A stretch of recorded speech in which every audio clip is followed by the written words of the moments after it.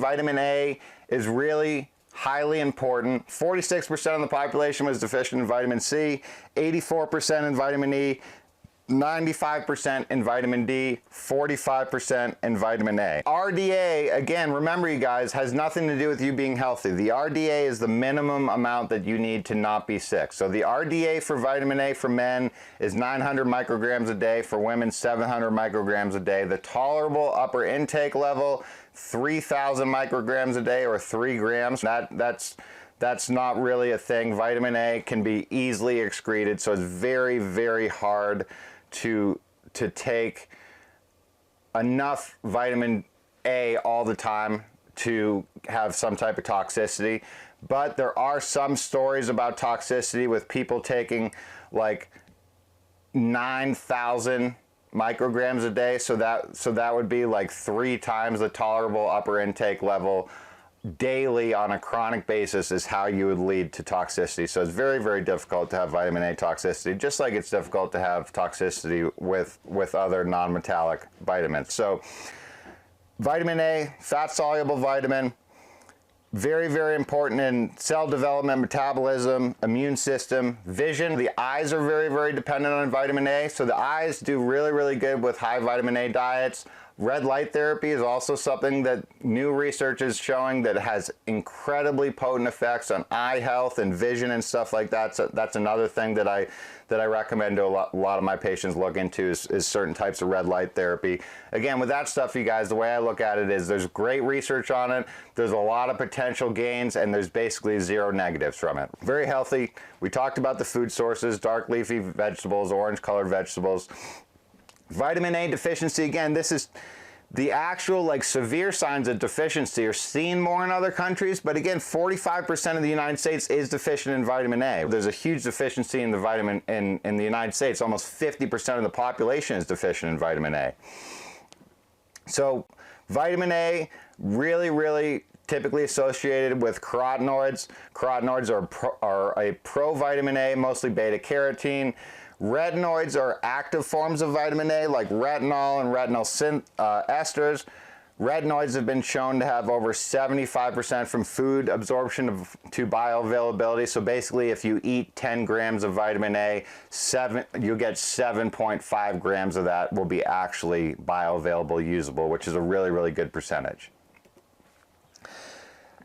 The importance of vitamin A. So there's lots and lots of different things that vitamin A is important for, you guys. This is a good little chart. So we have eye health, eye retina, cell growth and differentiation, antioxidant capabilities, immune system function, embryogenesis and reproduction, developmental processes when we're growing, like the central nervous system, autonomic nervous system, bones, collagen, epithelium integrity.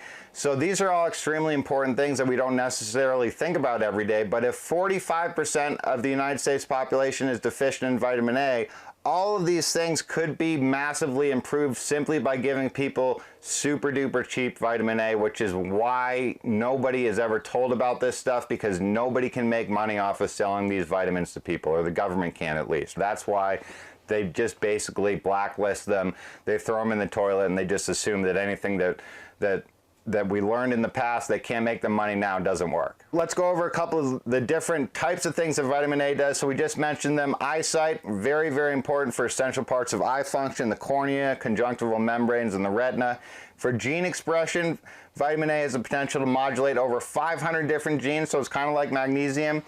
Magnesium is involved in over 600 neurophysiologic processes. Same thing with vitamin A. It's very, very important for the creation of vitamin D. So again, you guys, we're seeing with all of these different vitamins, the other vitamins are always listed in the actions of the other one. Here we have vitamin D in relation to vitamin A. We have vitamin C in relation to vitamin D and vitamin E. Zinc is related to all that stuff. Magnesium is related to all that stuff. So again, it's very, very important to understand this.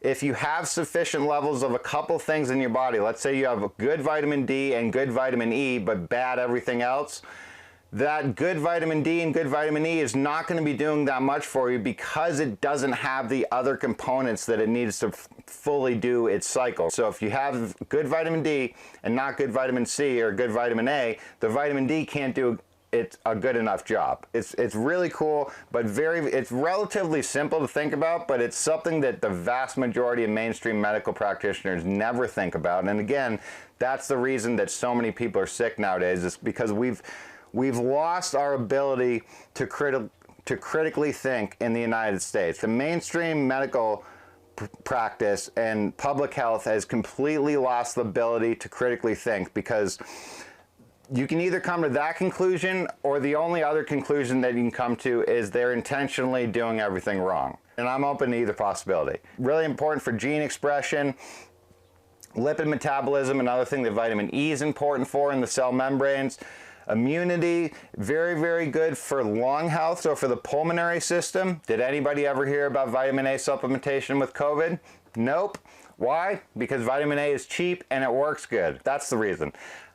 Pulmonary system, GI tract, urinary tract, very, very important. Vitamin A for all this stuff. So again, the gut microbiome is very, very highly dependent on having enough essential elements and nutrients in the body to function well. If the gut microbiome isn't functioning well, all the bacteria in our gut microbiome aren't going to be functioning well, and those are the things that produce a huge amount of our neurotransmitters and our peptides and stuff. And by the way, you guys, there's more gut bacteria in our body than we have cells in our body, which is insane to think about. So we have more gut bacteria, basically we have more aliens living inside of our body than we have of our own cells, which is crazy.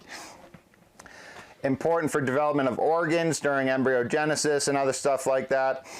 Important for the development of limbs. It helps transfer iron for developing red blood cells. So again, people with anemia or iron deficiency, that may be directly linked to also having low levels of vitamin A. If you have low levels of one and you have sufficient levels of the other one's still not going to be doing as good of a job as it could, or it's going to be dysfunctioning.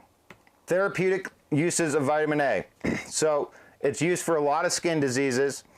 Again, in other countries, it's used for eyesight and things like that. It can be used for cancer treatment, measles, and a number of other impairments. It's really, really important for homeostasis of wound healing.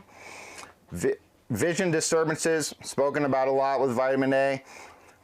The FDA has approved a form of retinoic acid to treat cystic acne, lymphoma, and leukemia. So the FDA is a criminal corporation. They are one of the biggest criminal corporations on the planet. The fact that they approve some of the stuff that they approve and then black label some of the other stuff that they black label, the only reason they're doing this is because they can make money off of it, but they know it's harmful to human beings. So in the last 5 years especially, but they have a history of this throughout the whole history, the FDA and the CDC has caused exponentially more harm to human beings than they have ever caused help. In the last 5 years, the FDA and the CDC have harmed the health of more people in this country and across the world than they have ever helped. Period. End of story. So I don't believe anything the CDC or the FDA says unless I can confirm it on my own with other research. But the FDA has approved vitamin A for anti-cancer treatments and for other things like acne, which has to do with inflammation and bacteria.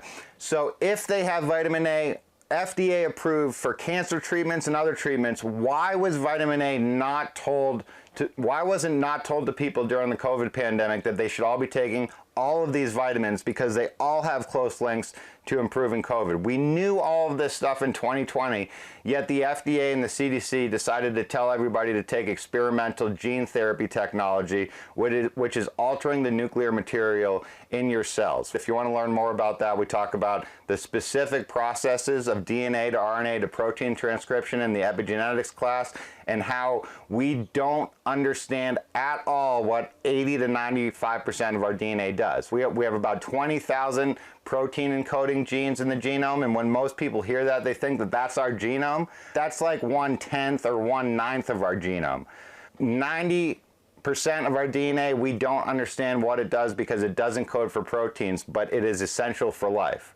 To recommend that people take a gene technology rather than vitamin and supplement when we have way better, stronger evidence that this stuff actually works and we know this stuff is safe, that's criminal. So that's my humble opinion on that. Vitamin A is also used for things like vitamin E is used for. Dry skin, psoriasis, sun damage. Again, vitamin A and vitamin E work well together. Vitamin A also has UV protective properties.